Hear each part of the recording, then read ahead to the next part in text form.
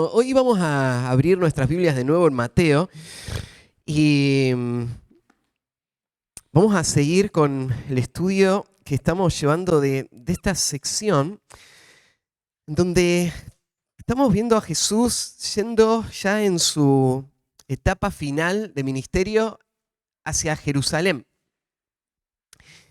Como vimos, gran parte de su ministerio lo pasó en el norte de Israel, en la zona del Mar de Galilea, predicando en comunidades que habían sido por siglos vistas como comunidades que estaban lejos de la influencia de Jerusalén y por eso eran comunidades con más exposición al pecado.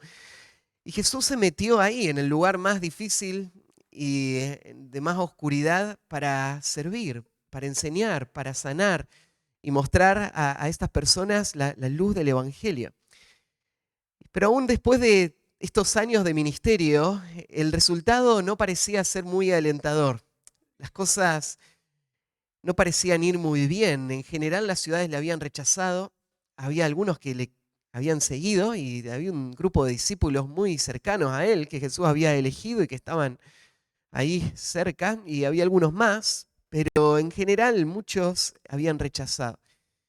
Pero era tiempo ya de cumplir la misión por la que él había venido.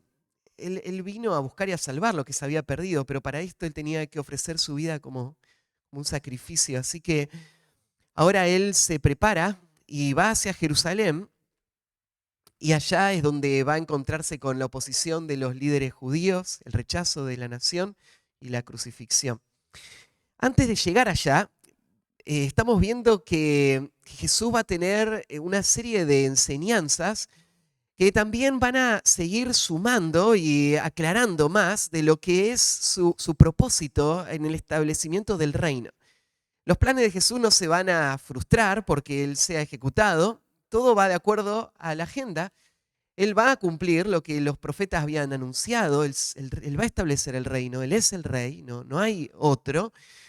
Pero este reino, como venimos viendo, es un reino espiritual. Es un reino que va a transformar este mundo físico, pero va a comenzar cambiando el corazón. Así que Jesús está estableciendo el reino predicando y enseñándole a las personas el camino a la salvación, a la conversión completa de sus vidas. Y él está describiendo acá un aspecto importante de su ética como rey. Él está explicando qué es lo que él piensa de la familia. Mateo nos relacionó un par de historias en donde Jesús va a hablar acerca de la familia y corregir algunas ideas distorsionadas de ese tiempo.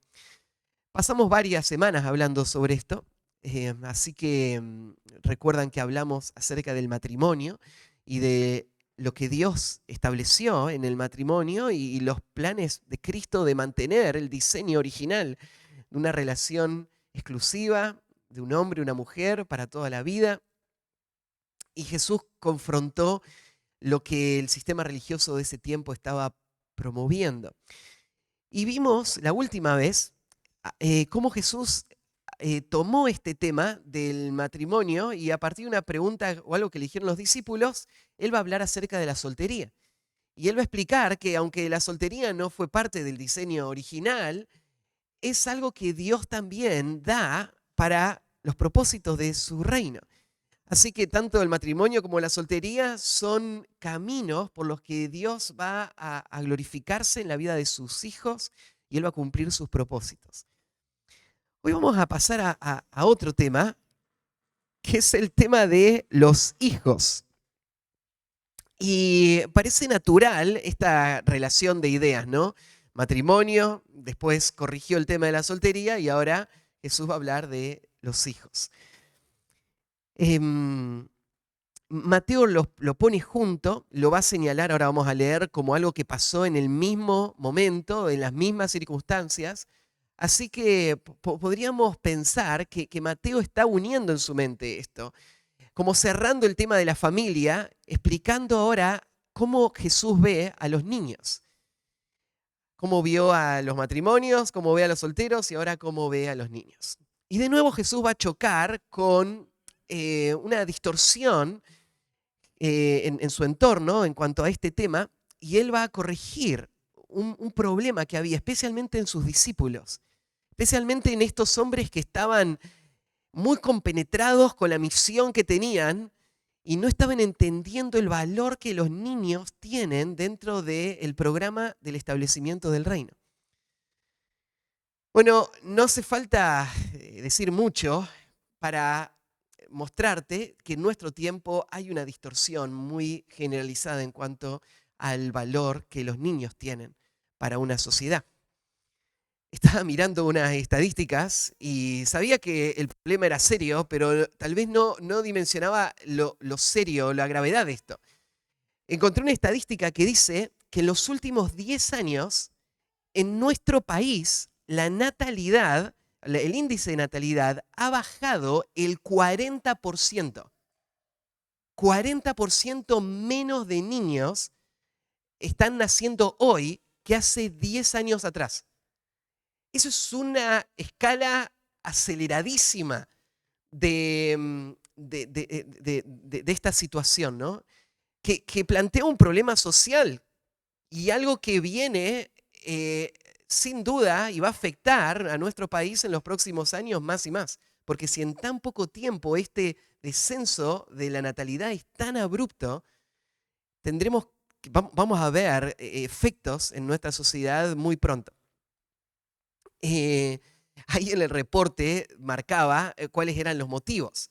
Entonces, los motivos que se marcaban era inestabilidad económica de personas, que les cuesta planificar una familia si no van a tener los recursos para sostenerles. Y uno entiende, nuestro país ha estado pasando momentos difíciles, pero esto no es una cuestión económica, este es un fenómeno que se ve a nivel mundial. Argentina es la que más ha avanzado en esto en este periodo de tiempo. De toda Latinoamérica, es el país que más rápido está cayendo la tasa de natalidad. Argentina, de todos los países de Latinoamérica. Pero bueno, no es una cuestión económica.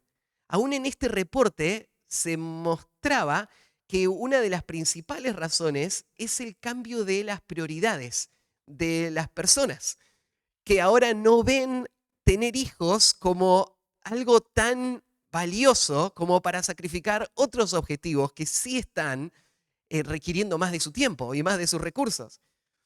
Entonces, claro, el cambio social que estamos viendo más bien nos explica esta situación, no por el lado económico, sino por este menosprecio que hay a los niños. En general no se diría que se menosprecia a los niños, pero en la práctica las decisiones que se van tomando evidencian que hay otras cosas más importantes, que los niños se verían como un estorbo, algo que frenaría mis proyectos personales, ¿no? Y entonces aún veía no solo que están teniendo menos hijos, sino que cada vez se está retrasando más. El promedio de la edad en la que hoy están los argentinos teniendo a su primer hijo es entre los 30 y los 34 años de edad. Eso marca algo también, ¿no es cierto? Estas personas están entregándose a sus proyectos, a sus carreras, a sus planes, y después, bueno, todavía entra en su mente que parte del desarrollo requeriría tener un hijo al menos. Entonces, en algún momento lo van a buscar. Entonces, no solo esto es un indicador, hay otros que vemos. Aparte de los pocos hijos que están naciendo, vos ves a las familias involucradas en todas sus actividades y viendo cómo pueden hacer para que los niños interfieran lo menos posible. Entonces vos ves hoy una mamá que a los 3 meses va a volver a su ocupación, así que va a dejar a su hijito de 3 meses en una guardería gran parte del día para que lo atiendan mientras ella sigue buscando su desarrollo en su carrera, en aquello para lo cual se preparó. Y cuando vuelven a casa, después de haber dejado a sus hijos todo el día con otras personas, están muertos. Entonces se sienten con el derecho de desconectarse, de descansar. Así que agarran las famosas pantallitas, ¿no es cierto?, del chupete electrónico y los ponen ahí a sus hijos para que no les interrumpan su descanso que bien merecen, ¿no? Hay una actitud de menosprecio a los niños que es muy clara en nuestra sociedad y lo que más nos alarma es cómo esta actitud incide sobre el pueblo de Dios. Y cuando vos ves al pueblo de Dios menospreciar a los niños, ahí es donde es necesario que la Escritura nos ayude, nos corrija, nos afirme y nos recuerde el valor que tienen los niños para nuestro Rey. Para Cristo, los niños no son un estorbo que nos distrae de las cosas que son verdaderamente importantes. Los niños son una parte central en su plan de establecer el reino. Y este pasaje es uno de los pasajes más claros y más preciosos que tenemos en todos los evangelios que van a reflejar esto, el amor que Cristo tiene por los niños. Cristo siempre mostró un amor especial por personas que la sociedad despreciaría. Pero este pasaje nos va a mostrar cómo los niños ocupan un lugar muy importante en el corazón de nuestro Rey. Y Él va a mostrar gran ira e indignación contra aquellos que desprecian a los niños. El pasaje va a ser muy contundente y el llamado de este pasaje muy claro. Toda la Escritura resalta el valor de los niños. Recordamos ahí el Salmo 127 que dice: «He aquí herencia de Jehová son los hijos, cosa de estima el fruto del vientre. Como saetas en las manos del valiente, así son los hijos habidos en la juventud. Bienaventurado el hombre que llenó su aljaba de ellos. No será avergonzado cuando hablare con los enemigos en la puerta». Este pasaje lo creemos, lo tenemos, pero necesitamos recordarlo una y otra vez cuando estamos metidos en las presiones de esta vida, cuando luchamos con nuestro egoísmo, cuando somos influenciados por los pensamientos de esta sociedad. Necesitamos resistir todo ese engaño y afirmar esta verdad. Así que este pasaje va a servir justamente para esto, para recordarnos lo que Cristo piensa en cuanto al valor de los niños. Así que el título es este: el alto valor de un niño para el Rey. El alto valor de un niño para el Rey. Leemos versículo 13 al 15, solo estos 3 versículos esta mañana. Entonces le fueron presentados unos niños para que pusiese las manos sobre ellos y orase. Y los discípulos les reprendieron. Pero Jesús dijo: dejad a los niños venid a mí y no se lo impidáis, porque de los tales es el reino de los cielos. Y habiendo puesto sobre ellos las manos, se fue de allí. Pasaje muy corto, pero muy precioso, conocido por todos nosotros. Y espero que esta mañana el Señor nos recuerde esta verdad, el alto valor de un niño para el Rey. Lo primero que vemos en el pasaje, en el versículo 13, es una visión distorsionada. Una visión distorsionada. Comienza conectando la historia con la anterior, cuando dice: entonces le fueron presentados unos niños, marcando esta relación de ideas, ¿no? Habló del matrimonio, habló de la soltería y entonces ahora llegan los niños. Los niños como parte de esta temática, Mateo va a explicar qué es lo que Jesús piensa ahora de ellos. Y estos niños le fueron presentados a Jesús. La palabrita ahí de presentar tiene la idea de que alguien vino y los trajo, pero posiblemente, más que solamente el hecho de que los trajeron, sino la idea de que había un propósito atrás de poner a estos niños delante del Señor. Nosotros cuando usamos la palabra vamos a presentar a un niño en la iglesia, usamos la palabra en un sentido más específico. No solamente le vamos a decir, acá está este niño, no solamente lo presentamos, sino que mostramos la intención de eh, orar por él y de acompañar a sus padres y el deseo de que Dios obre en el corazón de este niño para que este niño sea un hombre o una mujer que amen a Dios y vivan para la gloria de Dios. Nosotros usamos esta palabrita presentar cuando en nuestra iglesia invitamos a una familia que acaba de tener un bebé y los hacemos pasar adelante y oramos por ellos. Yo creo que Mateo cuando está contando la historia y usa esta palabra, él tiene esto en mente.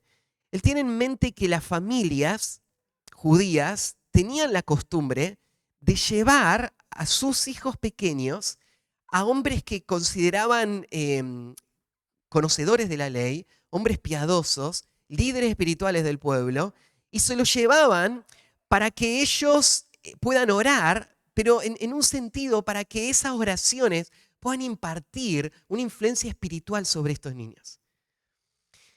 De hecho, sabemos que había una práctica en esta época, y si bien no es que todas las familias lo hacían, pero era común que una familia judía, cuando el niño cumplía un año, lo llevara a una reunión con líderes, con escribas, con líderes de la comunidad, y que los pasaran al bebé de mano en mano, turno por turno, en donde los ancianos oren por este niñito.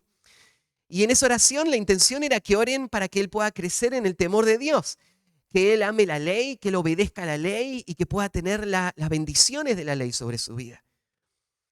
Y no es que esto iba a garantizar lo que iba a pasar, pero los padres entendían que había un valor espiritual, que Dios escuchaba las oraciones y ellos querían que sus hijos amen a Dios. Entonces, esto es lo que Mateo está sabiendo y él entiende que esta es la intención por la que estos están trayendo a Jesús, estos niños. No es que le traen al niño y le dice, Jesús te presento, acá está el niño, sino que lo traen con esto en mente. Lo va a decir más adelante, ¿no es cierto? Lo traen para que pusiese las manos sobre ellos y orase. Esta historia aparece no solo en Mateo, aparece también en Marcos y en Lucas, y hay algunos detallecitos que nos aporta Marcos y Lucas. Por ejemplo, en Marcos 10:16 va a decir que Jesús tomó en brazos a estos niños e imponiéndole las manos les bendijo.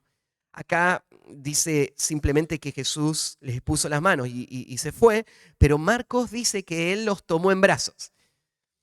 Y Lucas usa una palabrita para referirse a estos niños que nos hacen pensar que probablemente eran niños bastante pequeños. La palabra que usa Mateo es una palabra muy genérica. Puede referirse a un bebé recién nacido o a un niño ya más grande, de 11, 10, 11 años, hasta la edad de la juventud. Toda esta palabrita abarcaba todo lo anterior. Así que Mateo usa esta palabra más genérica, los otros nos hacen pensar que estos eran tal vez niños más pequeñitos. Y por eso es que hay que traerlos a estos niños. No es que estos niños vinieron por iniciativa propia, no es que ellos se enteraron que estaba Jesús y fueron a verlo, sino que sus papás los agarraron porque eran muy pequeñitos y los llevaron hasta donde estaba Jesús con esta intención.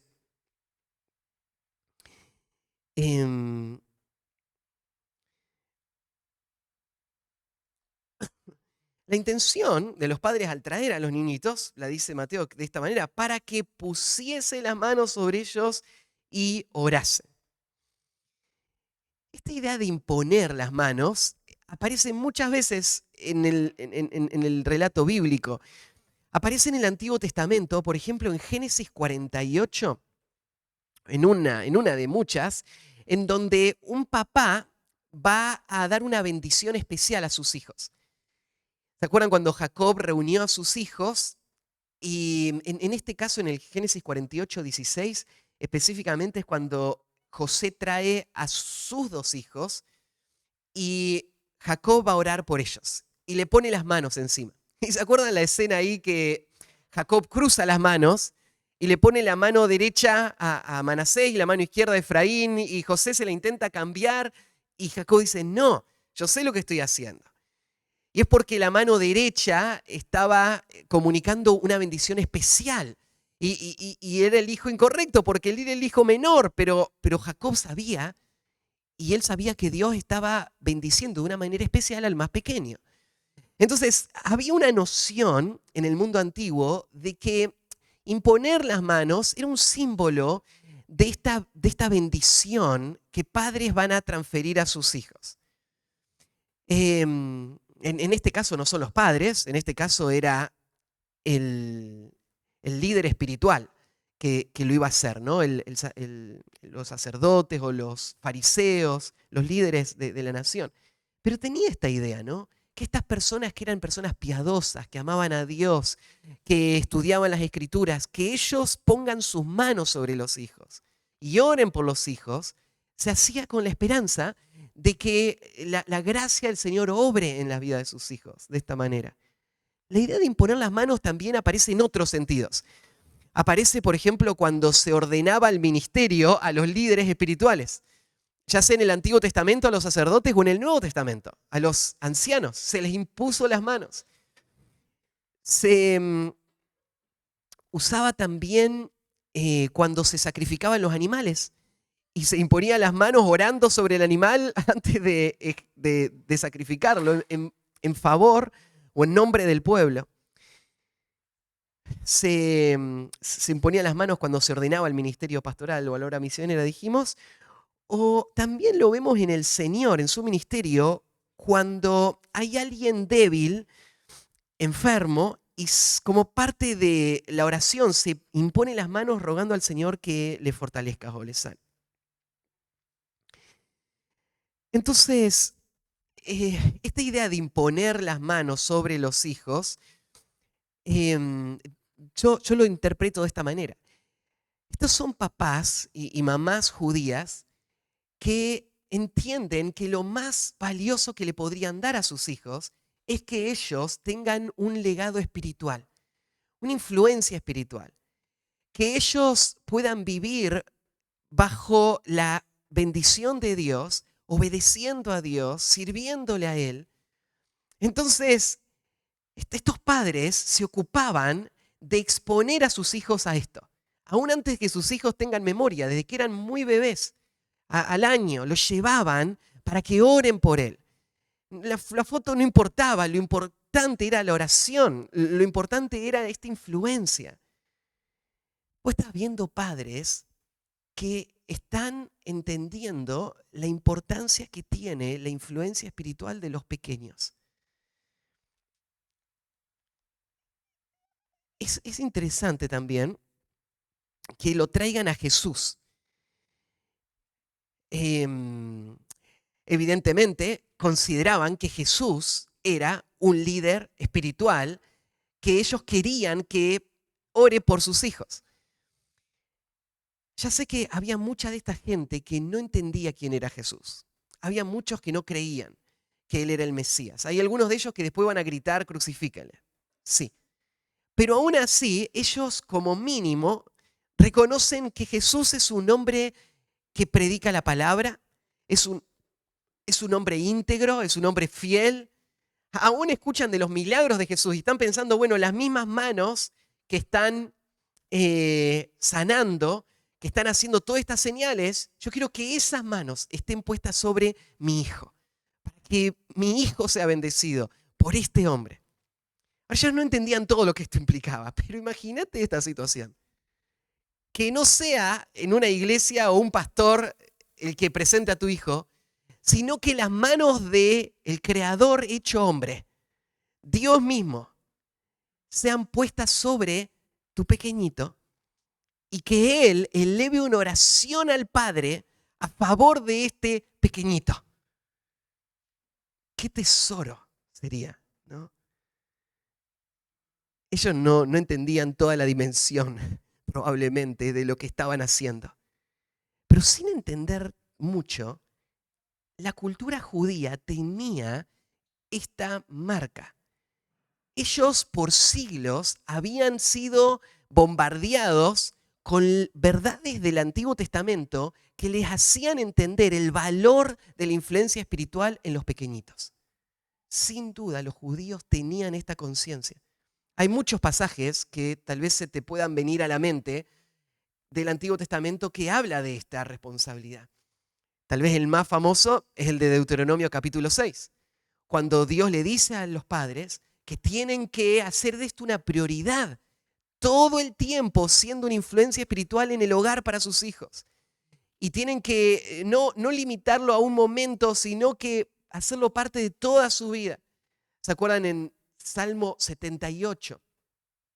El Salmo que leímos, 127, Salmo 128, muchos pasajes, ¿no?, que van a resaltar esta importancia. Hay algunas historias muy preciosas del Antiguo Testamento. ¿Se acuerdan la historia de Samuel? Y cuando arranca el libro de Primera de Samuel, cómo se relata el hecho de cómo él llegó a ser un gran líder espiritual para la nación.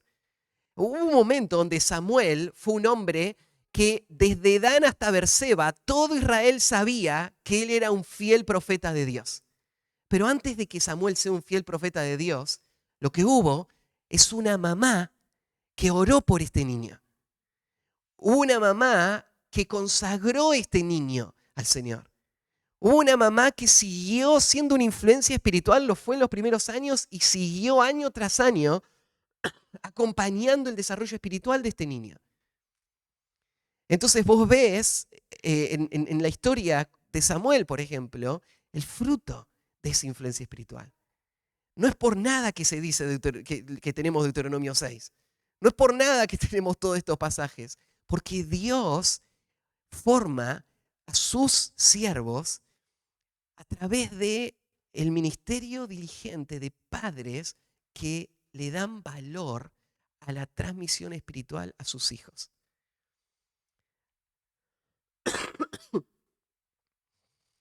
Esto no solamente está en el Antiguo Testamento, en el Nuevo Testamento tenemos muchos pasajes que muestran también esto. Ahí en Primera de Corintios 7, en los pasajes que hemos estado estudiando en el devocional, hay un detalle que se puede pasar rápido si no le prestamos atención.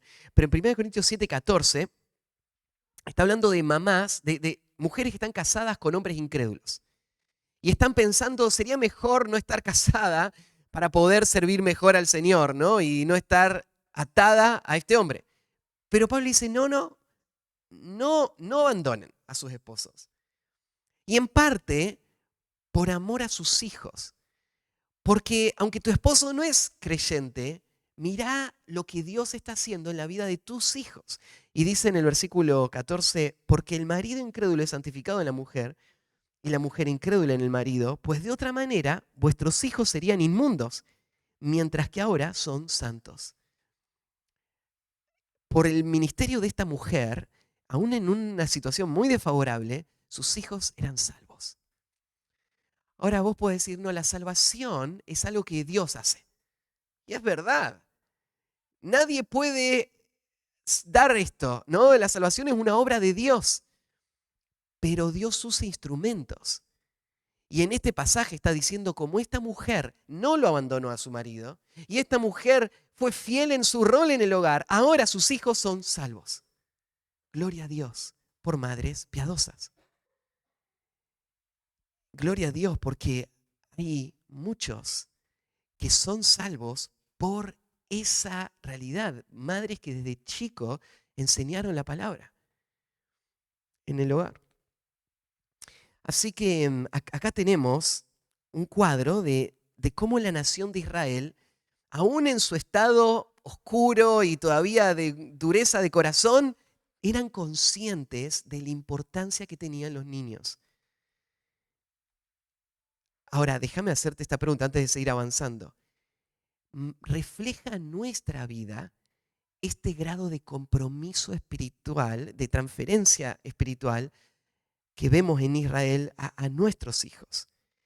Lo refleja el esfuerzo que nosotros hacemos para hacer todo lo que podamos, todo lo que esté a nuestro alcance, para que nuestros hijos reciban lo antes posible, aún antes de tener recuerdos ni poder comunicarse, que reciban la influencia espiritual que un día esperamos les lleven a ser hombres y mujeres que amen a Dios y que vivan para la gloria de Dios. Lo refleja eso nuestra vida. Refleja, te hago esta otra pregunta. Refleja el valor que vos le das a la transmisión espiritual a tus hijos, la forma en la que vos estás viviendo en el hogar. Estás esforzándote para ser un modelo espiritual para tus hijos. No solamente estás esforzándote para enseñarles la Biblia todos los días, sino que estás esforzándote para que ellos vean en vos reflejado lo que es amar a Dios, amar su palabra, vivir para Él, temerle a Él. ¿Con cuánto esfuerzo estás viviendo intencionalmente delante de ellos? Pensando en lo importante que es formar en sus pequeños corazones, tiernos todavía, las imágenes correctas de lo que es vivir para Dios. Lo que vos le enseñes, teóricamente, es importante, pero lo que vos le muestres, aún sin palabras, va a marcar sus vidas para siempre. Los recuerdos que van a estar en su mente van a tener que ver con la forma en la que vos reaccionaste en una situación, en la forma en la que vos administraste un recurso, en la forma en la que vos te relacionaste con otros. Pequeñas cosas que nunca se fueron y que le enseñaron a ellos cómo amar a Dios y cómo vivir para Él. Entonces, se evidencia en las dinámicas de la vida familiar, en las prioridades de la vida familiar, en el ritmo de la vida familiar. Se evidencia tu compromiso con transferir a tus hijos la vida espiritual desde lo antes posible. Deseamos nosotros la bendición de Dios para nuestros hijos como la prioridad más importante, como lo que más deseamos, en lo que más vamos a invertir. También podríamos preguntarnos, cuando estas personas trajeron a sus hijos a Jesús, lo trajeron para que le imponga las manos, y no hablé mucho de esta próxima palabra, y para que orase por ellos, ¿no? Quería que Jesús ore por sus hijos. ¿Creemos nosotros en el valor de la oración? ¿Creemos que Dios responde oraciones o no? Estas personas que venían a estos líderes espirituales y ponían sus hijos en sus manos y le decían, por favor, orá por mi hijo, lo que estaban mostrando es que ellos sí creían que estas oraciones iban a ser oídas y que Dios iba a hacer una obra en sus hijos a partir de estas oraciones. Y ellos querían que todos los que puedan oren y que lo hagan de la manera más clara, más bíblica, por eso la ponían en las manos de estos hombres. Entonces la pregunta que podríamos hacernos es, ¿estás orando vos por tus hijos? De tal manera que reflejás que creés en el poder de la oración, que creés que Dios responde oraciones, que creés que Dios va a obrar en tus hijos ahora y en el futuro a partir de tus oraciones. Estás involucrando a otras personas en la oración por tus hijos. Mira, todavía no estamos escuchando las palabras del Señor, pero solamente mirando la actitud general de Israel somos confrontados. Porque nosotros, aún teniendo la verdad, aún cuando fuimos regenerados y nuestro corazón ama verdaderamente, a veces fallamos en mostrar aún esta realidad más básica, de haber entendido la importancia de transmitir a nuestros hijos una influencia espiritual. Para Israel eso estaba ahí arraigado.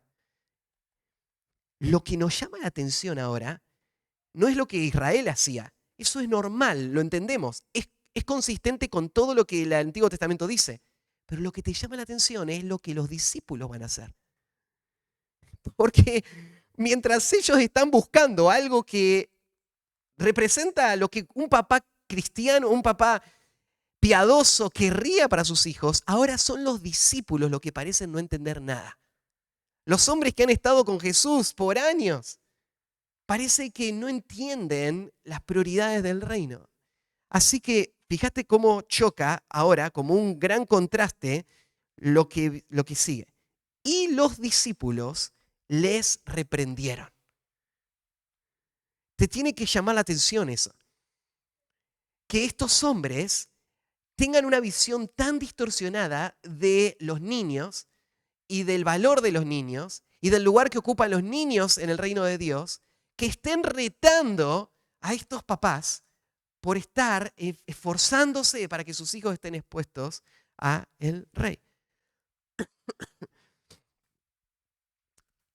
Este pasaje no nos explica qué estaban pensando cuando reprendieron a estos papás. Capaz que podríamos especular un poco. Podríamos pensar algunas de estas cosas, ¿no?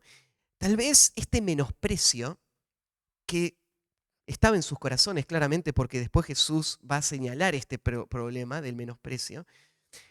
Este menosprecio se mostraba algo así. Ellos pensaban, Jesús es el rey, Él es el Mesías. Él es el soberano, Él es Dios encarnado.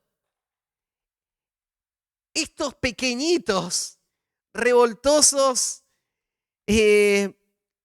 ruidosos y a veces molestos, no están a la altura de la importancia de este hombre, de este líder. Entonces, claro, estos papás quieren que Jesús esté con esos niños, pero no es apropiado. No, los niños no pueden venir, el rey tiene cosas más importantes que hacer. Tal vez, antes de juzgarlo demasiado rápido a los discípulos, podríamos pensar capaz que había algo bueno en sus motivaciones, ¿no? Ellos tal vez estaban pensando esto. El reino tiene una agenda muy valiosa. Jesús está yendo hacia Jerusalén. Va ahí y ahí va a ser el gran desenlace. Estamos viviendo tiempos sumamente importantes. Son los momentos más importantes de toda la historia de la humanidad. Jesús no tiene tiempo para estos niños. Jesús era un hombre muy ocupado, ¿se acuerdan? Sumamente ocupado. Jesús no paraba. Cuando lees los evangelios, ¿no es cierto? Va de pueblo en pueblo predicando. Jesús está agobiado por la cantidad de gente que está encima de él, preguntando, sanando. Él no es un hombre relajado. Él, después de estar hasta altas horas trabajando y sirviendo a las personas, se va a un monte y pasa toda la noche orando. Y después le está enseñando a sus discípulos. Es un hombre desgastado. Entonces vos podrías pensar, claro, tal vez los discípulos están queriendo ayudarlo a Jesús. Y entonces le están diciendo, no, ¿cómo le van a traer estas cosas? Jesús tiene cosas más importantes que hacer. La agenda del reino. Eso es lo que hay que cuidar a este hombre. Que esas cosas le hagan otros, pero a él vamos a cuidarlo para que él pueda hacer las cosas que verdaderamente son importantes. Uno podría pensar en algunas de estas motivaciones.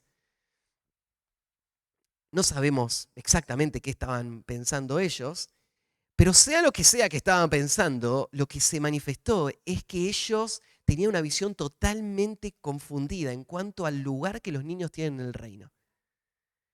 Porque si Cristo vino a establecer su reino, los niños, ahora Jesús va a dejar en claro, no son una distracción, sino que son el corazón de la misión por la que Él vino a este mundo. Claro que son importantes. Ahora, faltó mencionar esto, los discípulos reprendieron a los que venían. Este es un término muy fuerte. Estos discípulos tal vez trataron con aspereza o con mucha firmeza a estos papás, ¿no es cierto? Basta, no lo hagan más, no traen a estos niños más, no molesten al maestro. Esa sería tal vez la actitud con la que ellos estaban hablando. Así que los discípulos van a reflejar esta visión distorsionada del valor de los niños. Vamos a ver en segundo lugar una corrección necesaria. De alguna manera creo que esta visión distorsionada nos afecta a todos. tarde o temprano tu corazón va a ceder a esta distorsión y vos no vas a ver a los niños como Dios los ve. Tal vez en un momento de cansancio, en un momento de estrés, en un momento de urgencia y depresión, o en un momento de egoísmo, o por la influencia de la sociedad, pero todos somos tentados. Así que necesitamos que el Señor nos corrija. Y estas van a ser las palabras de Jesús. Pero Jesús, y ahora mira, ves a los papás hacer algo que era bueno, a los discípulos hacer algo totalmente impensable, retarlos por esta influencia espiritual que querían tener con los hijos, y ahora Jesús que va a responder a los discípulos. ¿Ves como este ping-pong, ¿no es cierto? Esta reacción. Y ahora Jesús responde de qué manera. Dejad a los niños venid a mí y no se lo impidáis, porque de los tales es el reino de los cielos. Marcos agrega un detalle que Mateo no nos dice. Vos lo notás en las palabras de Jesús, pero Marcos es mucho más explícito. Marcos 10:14 dice así: viéndolo Jesús se indignó. Y le va a responder: dejad a los niños venir a mí, pero vos tenés que hacerte este cuadro. Jesús está indignado cuando está diciendo estas palabras. Esta palabra indignado representa un estado de reacción muy fuerte. No hay muchos pasajes donde vos lo veas a Jesús enojarse. Jesús es un hombre humilde y manso. Así que a Jesús le hicieron de todo y él lo soportó. Él estaba en la cruz, se estaban burlando de él, lo estaban escupiendo, golpeándolo, vendiendo sus vestidos. Y Jesús no reacciona a nada de todo eso. Es un hombre muy manso. Pero en algunas ocasiones Jesús se enoja. En esta se enojó. Le dio repulsión esto que estaba pasando. Se indignó. ¿Y qué es lo que le causó esta indignación? La forma en la que sus discípulos estaban viendo a los niños. Y la forma en la que ellos estaban reaccionando frente a padres que estaban buscando esta bendición de los niños. Y Jesús va a responder con estas palabras: dejad a los niños venir a mí.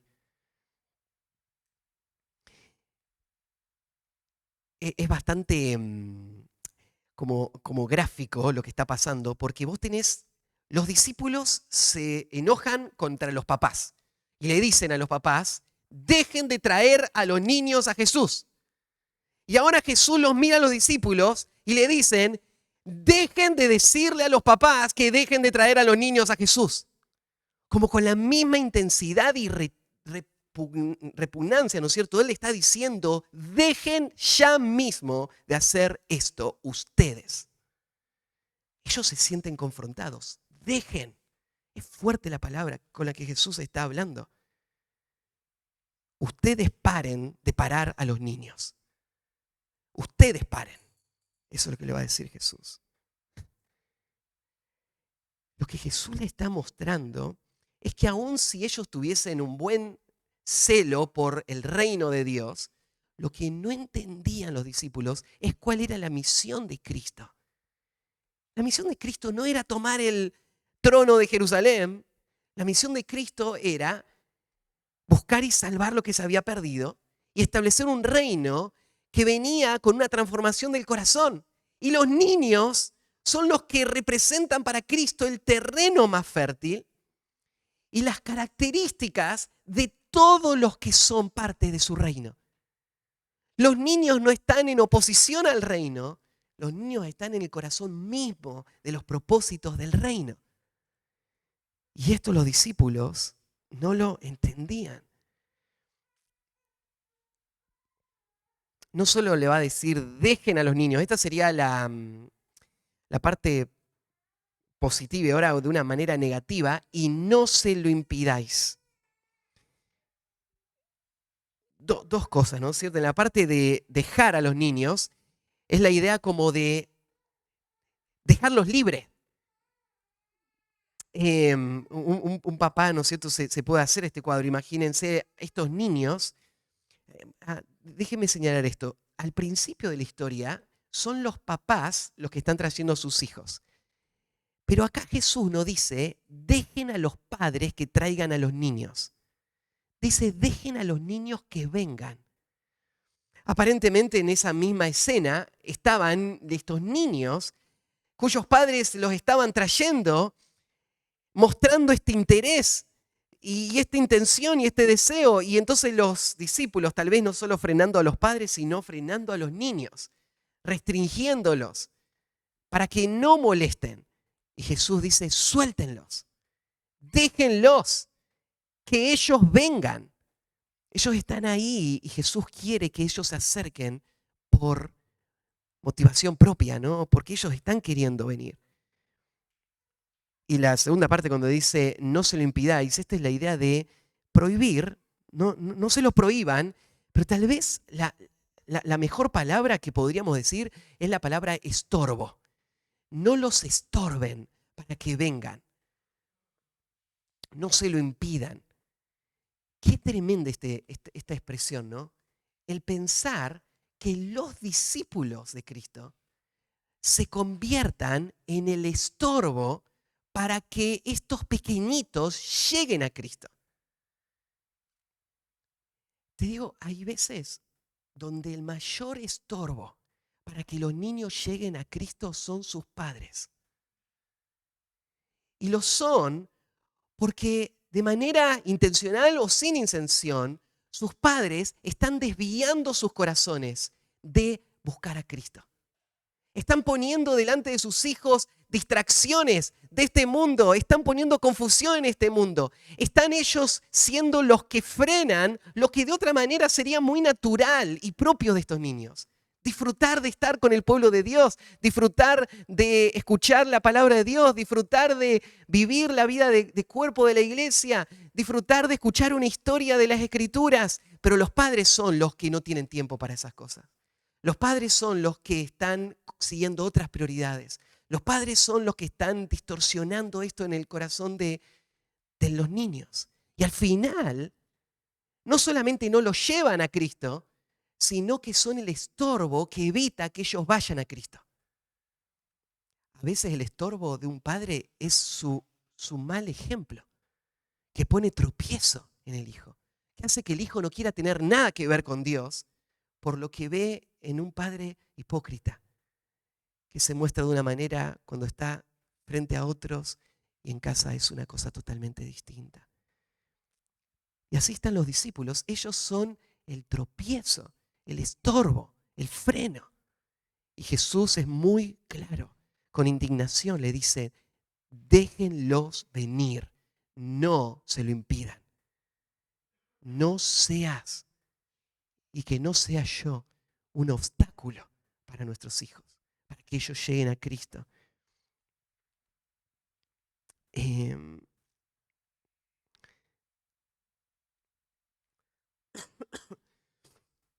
Y Jesús va a dar un argumento, una explicación. Ahora, esta explicación Jesús ya la dio antes. La estudiamos hace algunas semanas.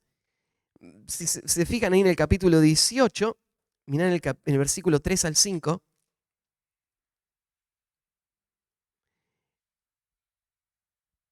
Dice así, de cierto os digo, que si no os volvéis y os hacéis como niños, no entraréis en el reino de los cielos. Así que cualquiera que se humille como este niño, ese es el mayor en el reino de los cielos.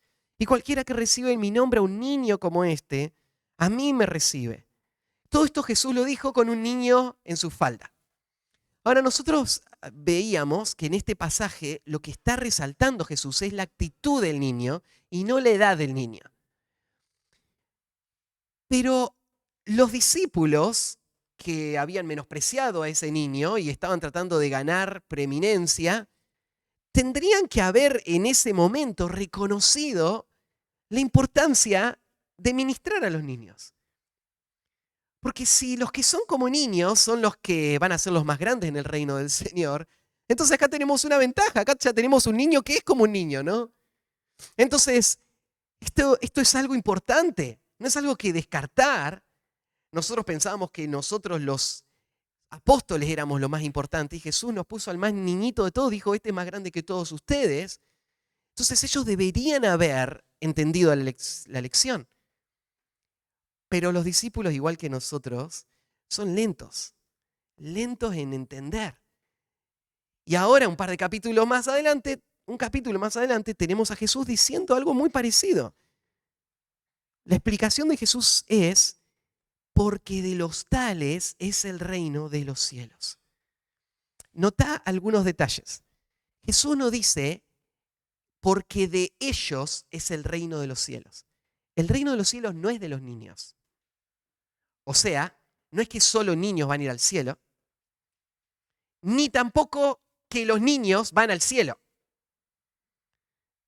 Este pasaje, de nuevo, es muy precisa esta palabra: de los tales es el reino de los cielos.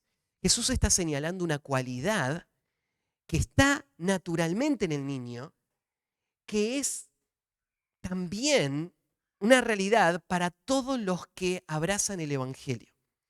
¿Se acuerdan que vimos algo de esto cuando pasamos por el capítulo 18 y pensábamos, ¿qué es distinto en el niño? Bueno, pensamos, el niño es simple. El niño está más predispuesto a reconocer su vulnerabilidad, su necesidad, su dependencia. Y él entonces no está pensando en su grandeza, en su poder, porque está a la vista que él no puede ni siquiera sobrevivir sin la ayuda de un padre. Y cuando uno llega a Cristo, esta es la actitud que tiene. Nadie es salvo a menos que tenga la actitud de un niño.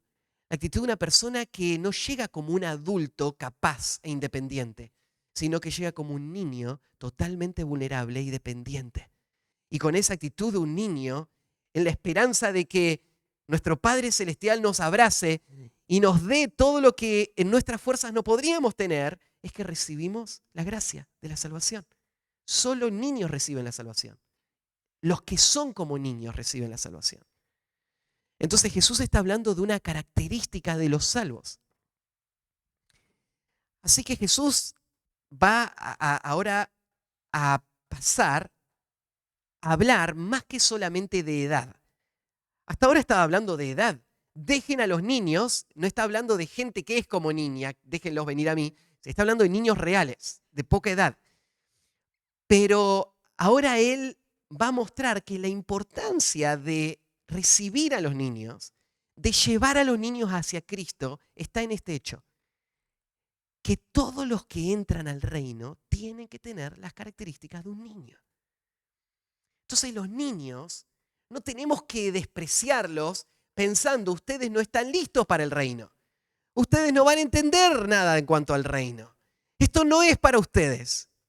Más bien déjennos a nosotros y vamos a hacer lo que es importante para el reino, y algún día cuando crezcan ustedes van a poder entender y ser parte del reino.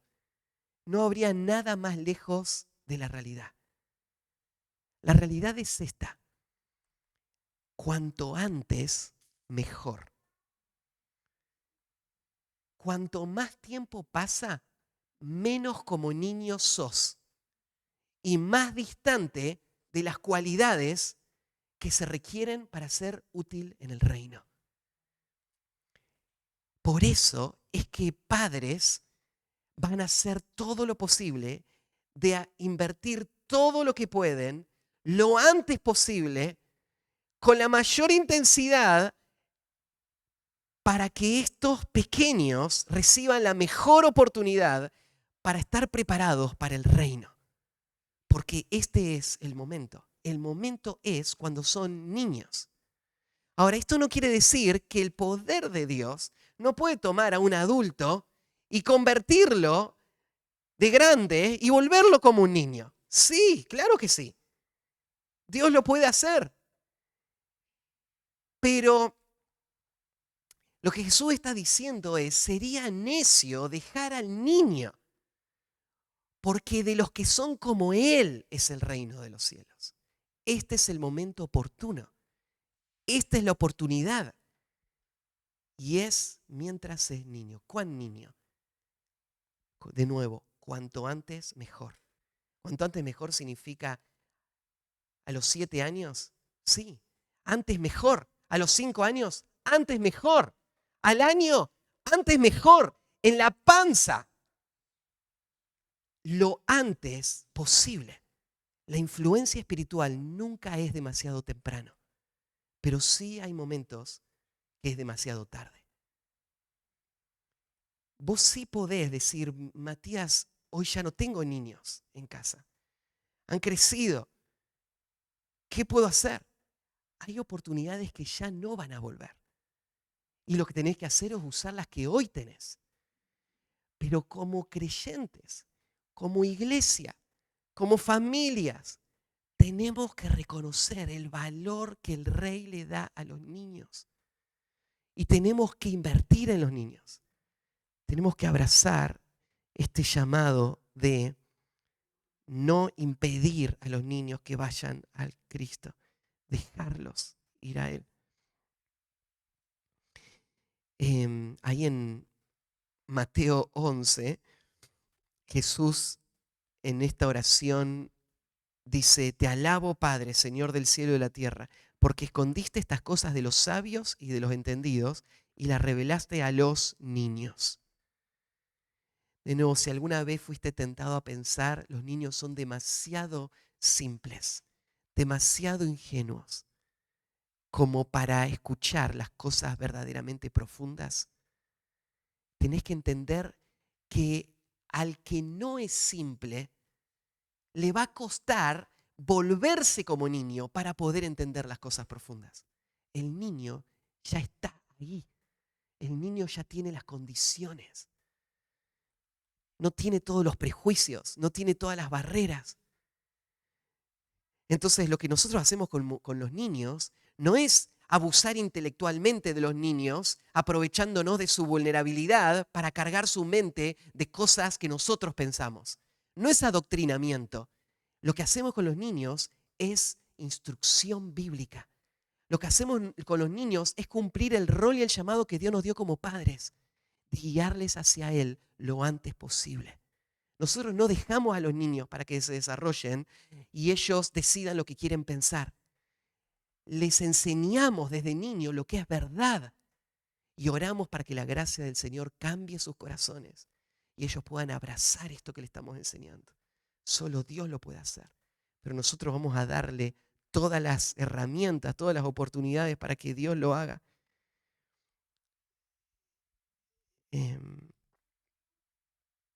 Ahora, cuando Jesús dice que de los tales es el reino de los cielos, Él no está ignorando que los niños son pecadores. Los que tienen niños en casa pensarían, ¿no es cierto? Esto no lo podemos romantizar, ¿no es cierto? Y pensar en el niño como el ideal. Porque vos ves lo pecador que es un niño.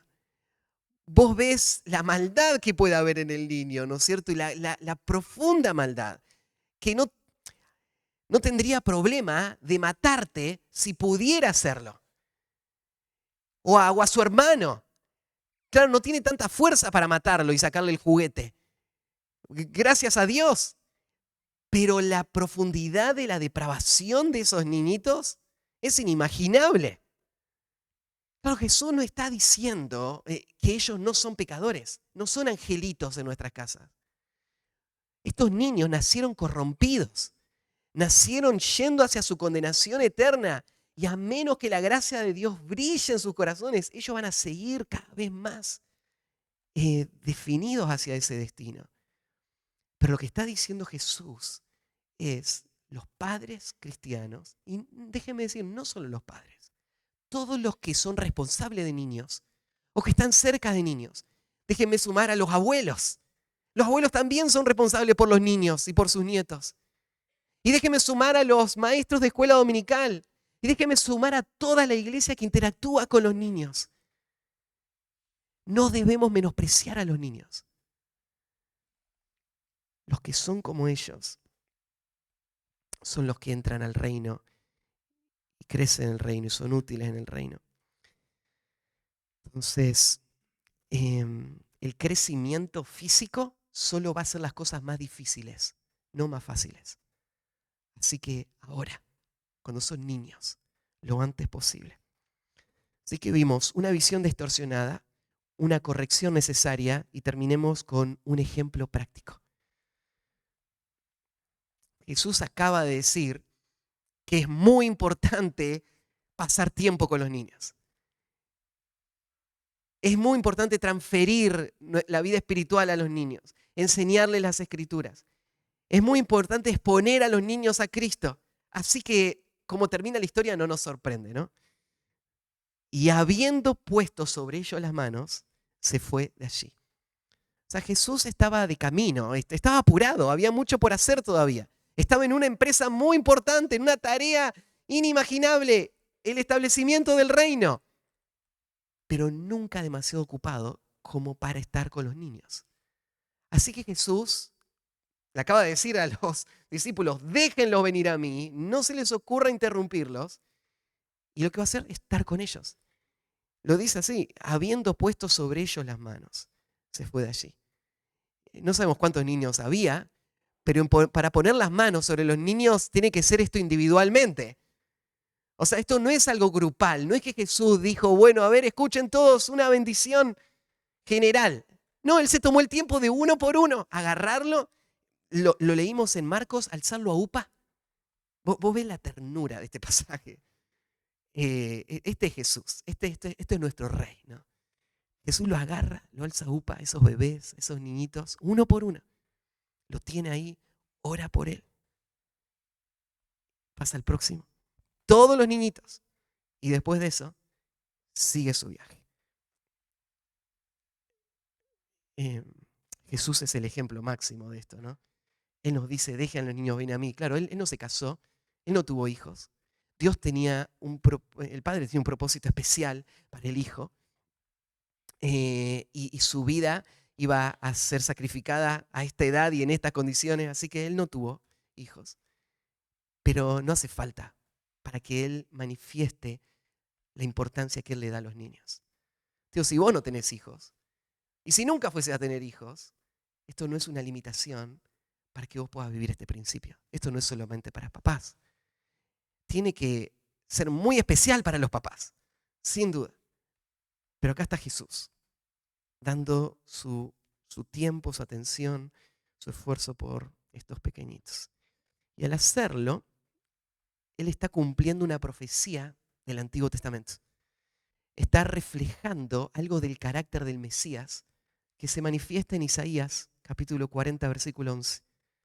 Dice así, como pastor apacentará su rebaño, en sus brazos llevará los corderos y en su seno los llevará. Pastoreará suavemente a las recién paridas. Claro, esto muestra más que solamente el cuidado por niños, muestra el carácter del Mesías. Él no va a estar demasiado ocupado y pensando en las necesidades del reino. Él va a estar cuidando de los más débiles y vulnerables. Pero ese día, cuando los papás vieron a Jesús alzar a esos bebés y orar por ellos estaban viendo el carácter del Mesías reflejado ahí. A las recién paridas, él las tiene ahí. Nunca demasiado pequeños para Jesús. Nunca demasiado insignificantes para él.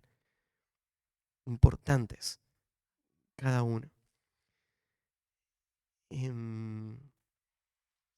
Uno podría pensar la bendición que ha representado para la iglesia de Cristo tener estos principios y los testimonios que hay a través de toda la historia de la iglesia. Así como vemos a Samuel, vemos en el Nuevo Testamento a Timoteo, ¿no? Que desde la niñez ahí es la misma palabra, es desde la panza, no sé, desde la niñez, él sabe las Sagradas Escrituras, las cuales pueden hacerle sabio para salvación. Esto no garantiza la salvación. O sea, Jesús cuando levantó a esos bebés, no es que cada bebé que él levantó y le impuso las manos fue parte del reino. Ellos iban a tener que tomar su decisión también, ¿no? Pero él oró por cada uno de ellos. Y esto es lo que nos corresponde a nosotros. Y esta es la influencia que impactó la vida de Timoteo después. Y es la que Dios usó en la vida de tantos a través de toda la historia. Y yo sé que para la mayoría de los que están acá, ustedes son la primera generación de convertidos. Y tal vez en tu mente esta es la norma. Pero en el diseño de Dios, la familia, la enseñanza en el hogar, la instrucción a nuestros hijos, esa es la norma por la que Dios planea formar a las próximas generaciones. Entonces, yo estoy agradecido al Señor por mi vida, ¿no? Ustedes conocen mi historia y yo sé que mi vida es el resultado de padres que creyeron esto y que hicieron esto y que no pensaron que los niños eran un problema, un estorbo, sino que abrazaron el valor de sus hijos, hicieron este trabajo y hoy mi vida es bendecida por ellos. Matthew Henry escribió esto: es bueno cuando acudimos a Cristo y llevamos a nuestros hijos. Los pequeños deben ser llevados a Cristo porque necesitan y pueden recibir bendiciones de Él y por tener un interés Él en ellos. Nosotros no podemos sino pedir una bendición para ellos. Solo Cristo puede mandar la bendición. Todos los cristianos deben llevar a sus hijos al Salvador para que los bendiga con bendiciones espirituales. Esa es nuestra tarea, orar por nuestros hijos, trabajar en nuestros hijos, transferir a nuestros hijos y esperar en la misericordia del Señor y en su obrar, en sus corazones. Bueno, algunas implicancias de todo esto que aprendimos esta mañana. El reino de Dios debe ser extendido en este mundo de manera especial a través del trabajo intencional del pueblo de Dios en la vida de los niños. Si vamos a ver progreso en la obra que Dios nos dio para hacer, no podemos menospreciar el valor de la influencia a los niños. ¿Qué podemos hacer por los niños? Padres, ora con ellos al levantarte. Léeles la Biblia desde temprano. Memoricen juntos las Escrituras. Tengan sus cultos familiares. Oren antes de dormir. Llévalos a la iglesia cada vez que puedan. Llévalos a la escuela dominical. Supervisad sus tareas. No seas el estorbo. Dejen a los niños venir a mí.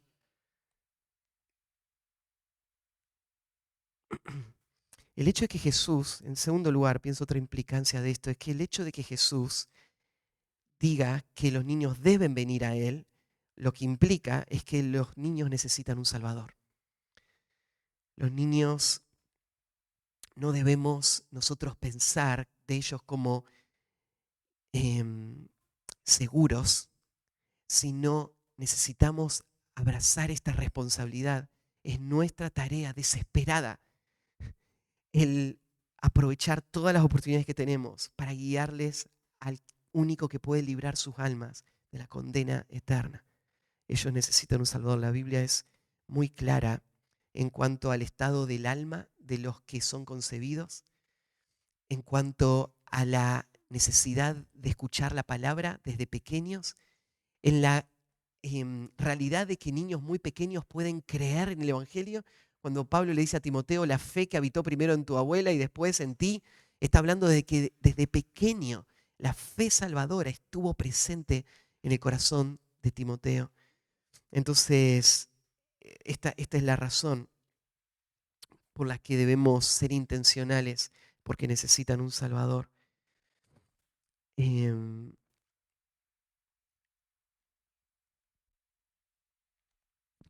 Como decíamos, no es llevarles a Cristo, no es una garantía de que ellos van a ser salvos.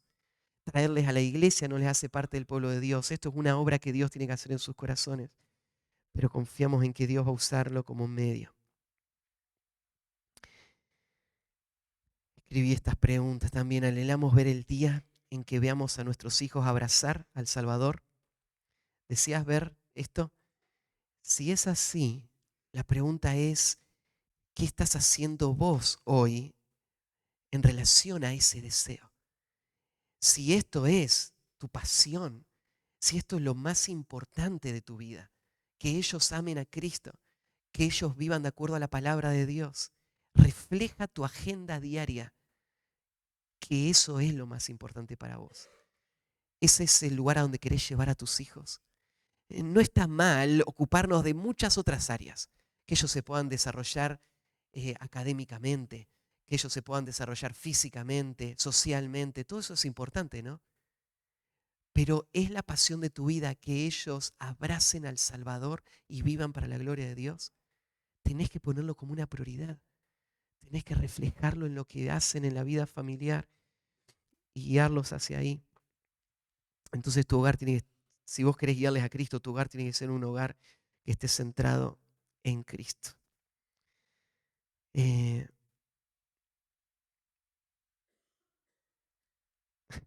Estaba leyendo unos comentarios esta semana y leía a un comentarista que decía que él no podía imaginar que una persona sea salva y no se esfuerce por predicarle a los niños. Claro, en medio de toda esta explicación, ese pasaje, esa expresión podría parecer totalmente desproporcional, ¿no? Pero fíjate que Jesús está confrontando a los discípulos con esto. Ustedes no entienden de qué se trata el reino si no están dejando que los niños vengan. ¿Qué es el reino? ¿Qué es? ¿Es una conquista política, económica? ¿Qué es un lugar, una posición? ¿Qué es una influencia? ¿O es salvación?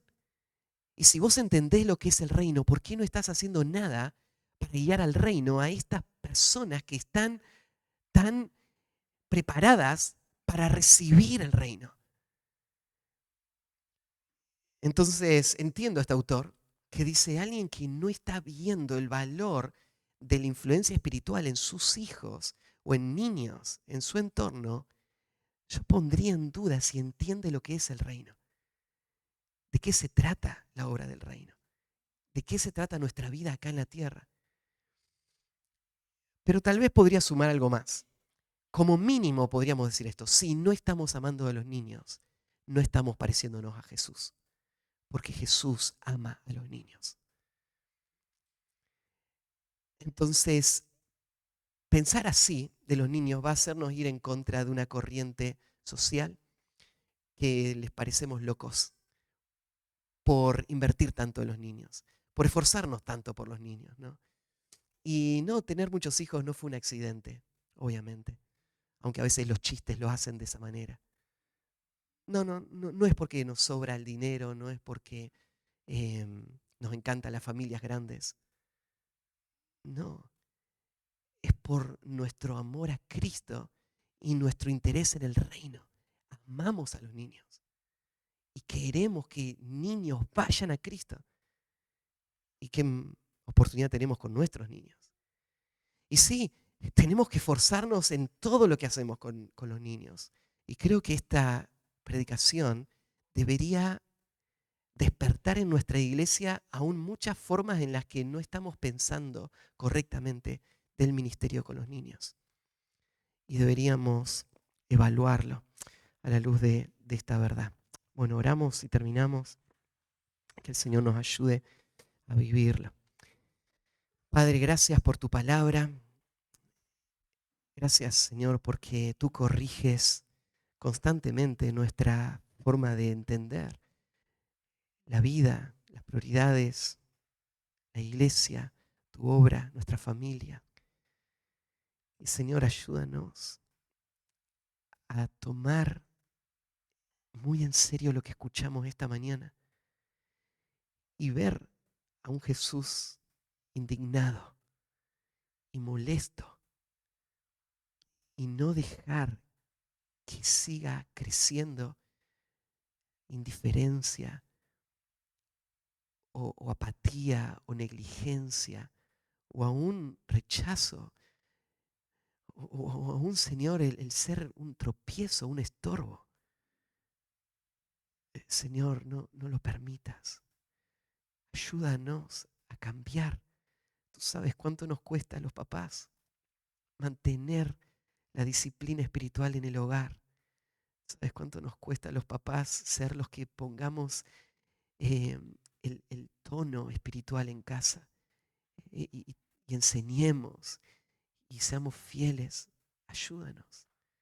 Te pido por las mamás que están mucho más tiempo con nuestros hijos, que ellas no sean el estorbo, sino el incentivo. Que sus vidas, su carácter, su respuesta, su actitud, su paciencia, su amor, pueda ser lo que guíe a los niños hacia Cristo. Y Señor, te pedimos por la próxima generación, no dejes que se pierda. Aún, Señor, frente a nuestros pecados, ten misericordia y permite que nuestros hijos puedan amarte y puedan vivir vidas fervientes. Aún, Señor, puedan llegar mucho más lejos de lo que nosotros mismos les hemos podido guiar, para que ellos vivan consagrados a ti y lleven mucho fruto acá o a donde los lleves. Señor, permítenos antes de morir ver el amanecer de una nueva generación de hombres y mujeres que fueron formados en hogares piadosos, que están listos para llevar la posta a las futuras generaciones. Danos, Señor, este gozo. Ayúdanos a pagar el precio hoy y concédenos, Señor, esta gracia. Y encomendamos sus almas a ti, rogándote que obres en sus vidas de esta manera. Y te encomendamos nuestra iglesia también a ti, en el nombre de Cristo Jesús. Amén.